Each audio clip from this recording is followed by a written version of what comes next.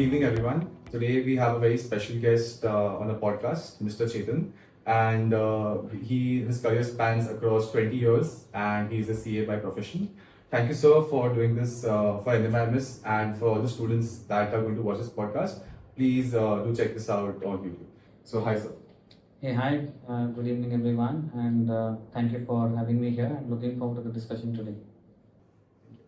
So we will be starting off with a small introduction and about journey with sir. So before you started working in venture capitalism and before you started your professional journey, what was the idea and motivation for you to get into finance, basically?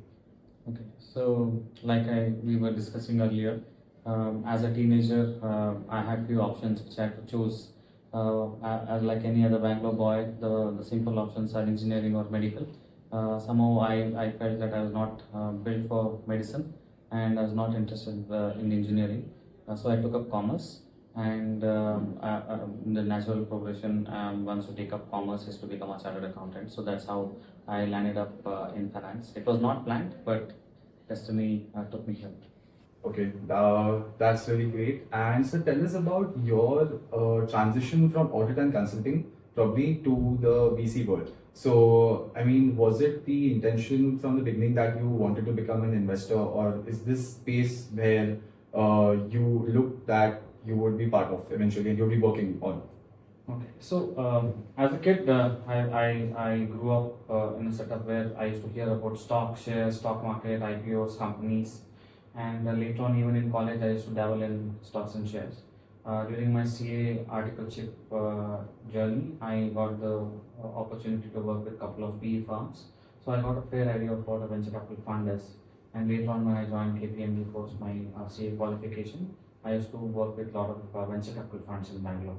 So someday I wish that I would join them, but it just happened. One of my clients, which was Helium Venture Partners, I used to audit them, and when I thought of moving out of KPMG, they just asked me to join them. That's how I got into this space. Right. So at your time at Helium Ventures, what was the initial resistance that you faced? Like when you started working with them, is there anything that it motivated you to change about yourself probably, or look at the perspective of working differently from your previous work experience? Yeah, see, coming from an audit background, I'm coming on the other side of operations, are completely different. Audit, you go to a company at the end of the year, you look at things which have already happened, right? I don't, for lack of a better word, it's like a post-mortem. You look at what has already happened, and then you analyze, and then you sign off on the account. Whereas in normal finance or operations, in general, you are live, you're into the day-to-day operations. You look at your revenue numbers, your cash burn, what happened to your expenses. So this is more live than in there. Compared to a VC, VC is more a 10-year test match kind of a scenario, where you invest today and you reap your benefits later on. But the basics of finance are same.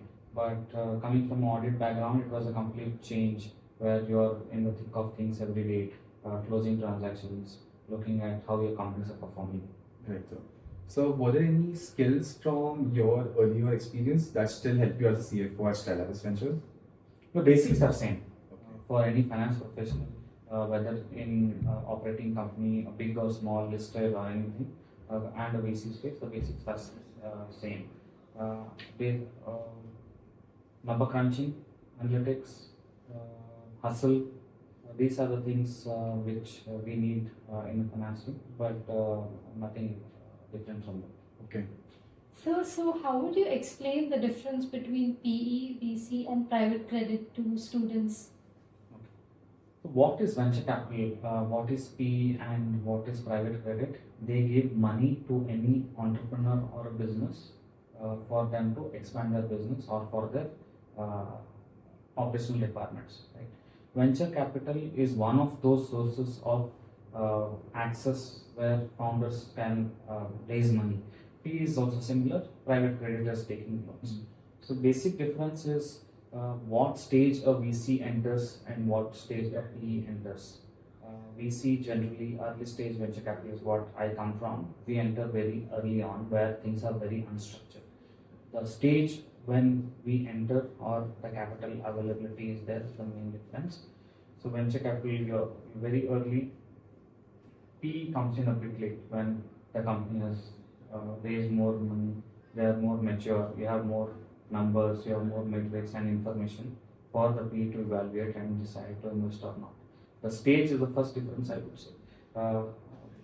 I would come to a private credit later on because it's a completely different stage, then quantum and ownership. Venture capital, we usually take about, we come in early, 20 to 25% ownership is what we take usually. We usually take controlling stake. They take more than 50%. I'm just giving you high level generic, we can get into the details later on. But we like to take over the company, run the operations and take control of the company. Usually they come in later on when the company is more mature. So stage, ownership, quantum, and also what we do is we don't get into the operations as a venture capital fund. We're getting directly into the operations. We are a support function. We help the founder to hire, help him in the marketing activities. Whereas PE, they get in their teams, they run the whole function. Now coming to private credit is like any loan. If you've seen in olden days when VC and PE were not the buzzwords, you go to a bank or you go to a money lender. That's the same thing now as well, but you have something called the venture debt where you have more debt capital is raised. Again, in PE, it can be a combination of both equity and debt. VC is plain equity ownership, whereas private credit is where you have access to loan. They are not bothered about your equity and all. They will give you money, you have to give them fixed percentage of interest every month. Yes. So, sir, could you shed some light on the risk-return profile, investment time horizon, and the decision making, and the skill sets required in each of these three? Yeah, that's a good question. I was coming to that. See, VC is high risk, high return. Early stage VC, from where I come from, again, the mortality rate is high. Most of the times we invest in companies where it is in the idea stage. Right? Sometimes things work, sometimes things don't work out. So the companies don't do well, the mortality rate is high. Compared to a PE, where like I said earlier, they come in at a later stage. They make decisions where they have more data to take those decisions. And generally, I'm not saying that the companies don't do well there. Usually, the chance of mortality or companies not doing well is lower compared to a venture capital fund. That again, it can come at any stage. At the beginning of the journey, when somebody takes a loan from a bank or a private lender or a venture debt on anyone, the company doesn't do well, they might have some collaterals which they can take where they can realize some money. But if the company goes worse, your money is gone. Right? Second, what was the second? So, investment time horizon. Investment time horizon, venture capital, usually the holding period is for about 7 to 8 years. Average, I'm talking about. And PE will also be same, it can get longer as well. Sometimes PE is staying for a long period, even if the company is mature enough to exit. So I would say high level generic, venture capital say average 5 to 7 years. PE I would say 5 years, 3 to 5 years. Private credit can be 1 to 2 years. Okay. So there is buzzword going around in the market. It's secondaries market. Students are really interested to know what the secondaries really mean. What is primary and what is secondary? Primary is when you put the money directly into the company. That is called as primary.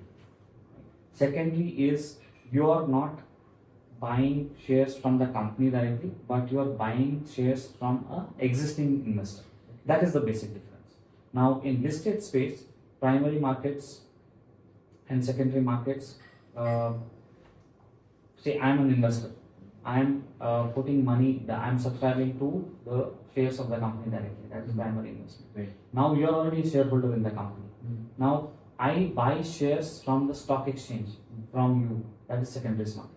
Okay. As simple as that. Now, how does it play out in the venture capital space? When founder starts his business, he is the complete 100% owner of the company. Right? When an investor comes in, it's a dilution game. I put money as an investor, so the founder's ownership goes down. So he'll become say 80% owner, and the investor takes 20% owner.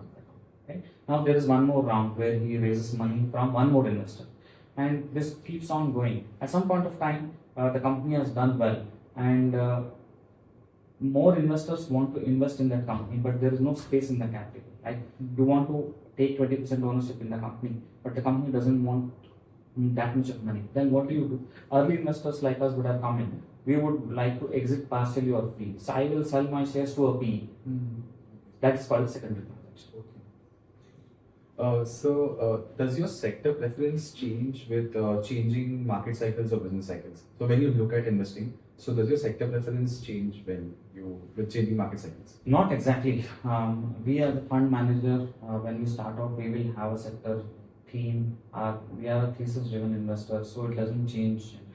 But like we have seen in the recent past, AI coming over, so slightly it can change. But if you're a tech investor, the broad spectrum is going to be same. If you are an investor who's looking mainly to invest in consumer brands, broadly it's going to be the same. Okay. If you're a real estate investor, broadly it's going to be same. Maybe REITs can come, Right. still part of real estate. Correct. Now, as a tech investor, you will still do SaaS, you will still do deep tech, you will still do online commerce, you can do fintech, but maybe with the new trends which are coming in, anything we're doing with AI, machine learning will also be added.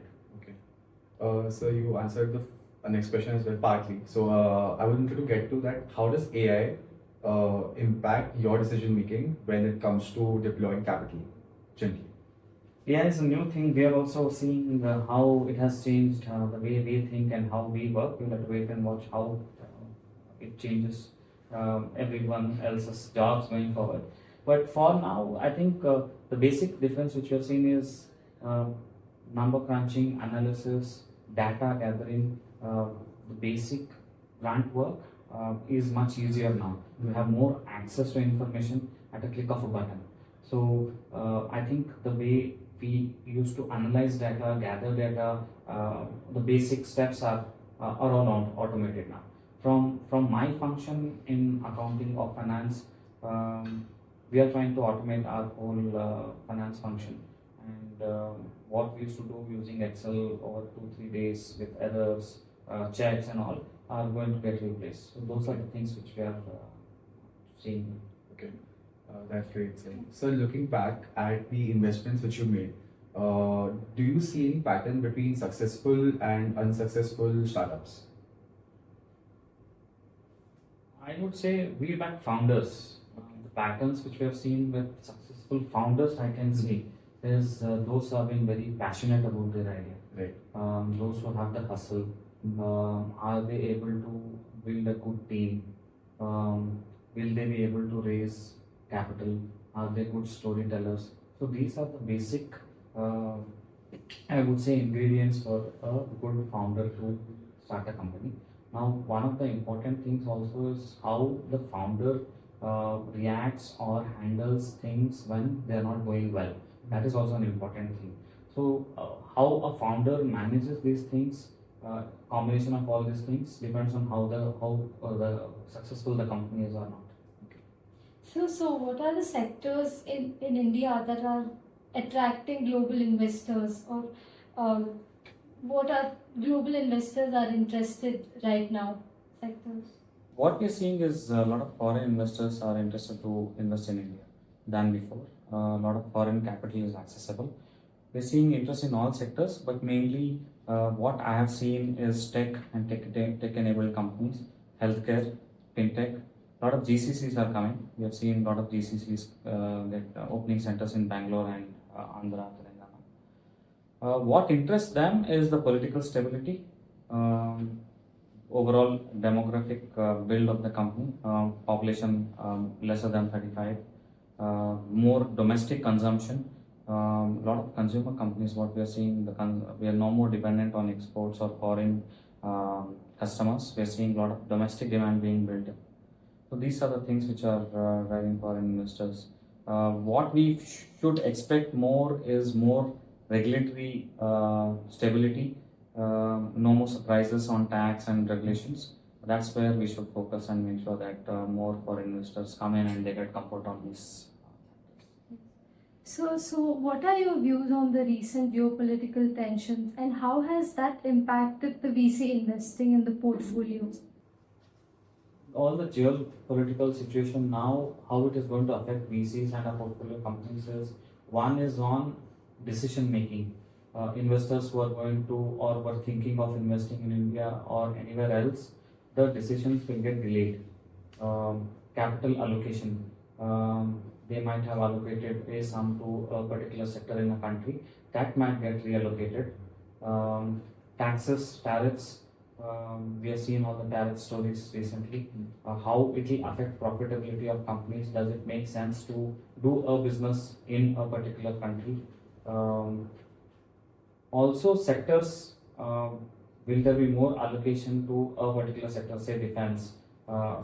Just an example. Will the home countries put more money in their home jurisdictions than in the country? So these are things which we'll have to look at. The other things which may drive is the energy prices, forex changes. The way to take India, we are dependent on imports for our energy requirements. Then obviously the prices are going up, the cost of production will go up. Forex, dollar is fluctuating a lot, how it impacts your business, how your profitability will change. So these are few things which are uncertain, which we'll have to wait and watch. And these affects the overall business, especially in early stage startups. Thank you, sir. So coming to the career side for the students, so what are the skills that the recruiters primarily look for when you think of hiring interns or a full-time employee in a venture capital fund primarily? So the skills that or the what is the one thing that you look for in students? Students, I can answer for myself and for our firm. What we look for is work ethics. Whether the person is able to take ownership, hustle, technical knowledge, and his ability to learn things on his own. These are the basic things we look for.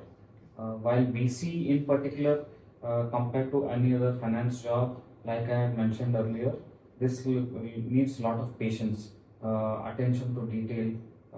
We are like a bank, right? Whenever I send statement to my investors, it has to be accurate. So is the person detail oriented? Will he go 2-3 levels down, make sure there are processes and systems built in to make sure there are no errors? That is one. We are a small team. Will the person be able to solve problems, reach out to people in the industry, or say if something is stuck in the bank, to reach out to it doesn't have to come to me or somebody else in the team. Will they be able to manage it on their own? Overall, I think it is ownership and hustle. Technical knowledge can be taught, but if work ethics and other things are not there, it will become very difficult for a person to be hired. In the VC space, generally it is a long-term game. Our fund life is 10 years. With somebody who has a long-term mindset should come into the space. Our income, which is our management fee, is fixed. So it is not like an operating company where your revenue keeps changing every quarter. Right? So that is what we get. We have a carry, which is an upside, which comes in later. So your boundaries are fixed. Unlike a startup or a listed company where your performance changes every quarter, year on year, there's too much of work to be done, operationally heavy. That is not the case in the VC space. Because you invest today, what happens to the company, you know the result only after about 7-8 years.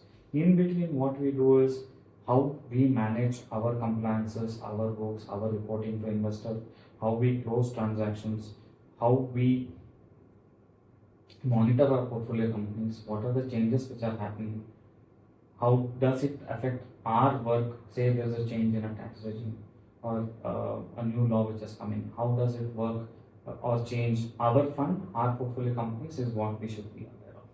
So compared to cut a long story short, compared to a normal operating company versus a VC, here it is not volume, but it is more accuracy and go 2 levels down and understand each and every detail and be patient for a period of say 10 years compared to a quarter on quarter game. Okay. So basically, it is that students need to have a disciplined work ethic and they need to be motivated to work. And it is not a short-term game, as you mentioned. Correct. So what are some mistakes which do you think that students make when they try to break into VC or PE? So I've spoken about this earlier also at various forums. It is a very niche skill. I'm talking about VC finance role. Supply and demand, both sides there is a constraint. Why? Because the basics are same, the finance roles, the finance functions are same. But when I have to look for a relevant candidate with a relevant experience, the availability is very short. Same with the case once you come into the company or a fund, and tomorrow for whatever reason you're looking out for a job in a similar space, the number of funds are also fewer. So it's a constraint on both sides. So that's the first thing which the candidate or whoever wants to come in should keep in mind. Second is, from the outside it looks like these guys are chilling out, there's not much of work, because like I said, it's not more of volumes, it is more of the details and accuracy going to levels deep for that kind of work. So it is not that there's not much of work to be done. There's a lot of, if I have to break it down, one, your basic finance accounts bookkeeping, the transaction closures, whether it is investing or exits, monitoring portfolio companies, and once in a while when there are regulatory changes. These are the few things which they have to work on. Again, like I said, at the cost of repetition, somebody who has a long-term mindset has to come into this field, because our minimum fund life is 12 years. It is so that these are three things which they will have to keep in mind. Not that you come in and hey, I was doing this in the operating world, I is completely different. Right. So how important are internships or startup exposures for students when they come for a job? I mean, when they come for the hiring phase. So do you look for relevant work experience and startup exposure or life project that they've done previously? Does that improve their chances as such? Not exactly. It is always good to have some work before you join an internship experience kind of a thing, so that you know what you're getting into, right? I always advise students who come to me and talk to me, or parents who discuss about career opportunities for their kids, that they are going to do this job for the rest of their life. Will they like it?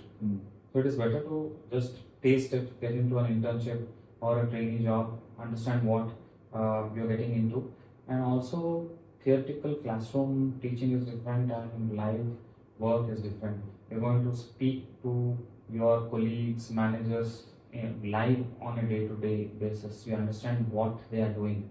So you will get a inside view of what happens in the company. So those internship opportunities are very, very important. It is not a must, but it is good to have. When I'm what in our fund, what I see is, even if the person is not technically qualified, or is not up to the mark, if he is coachable, then it is good. But if he has the ability to learn and he is okay to be coached and comes with an open mind, that is more important. But I would say that work ethic is the most important thing. All other things can be taught. So moving on to the rapid fire round, sir. So the first question is, bullish or bearish on Indian startups in the next 5 years? Very, very bullish. Okay. First thing you check in a pitch deck? Founder background.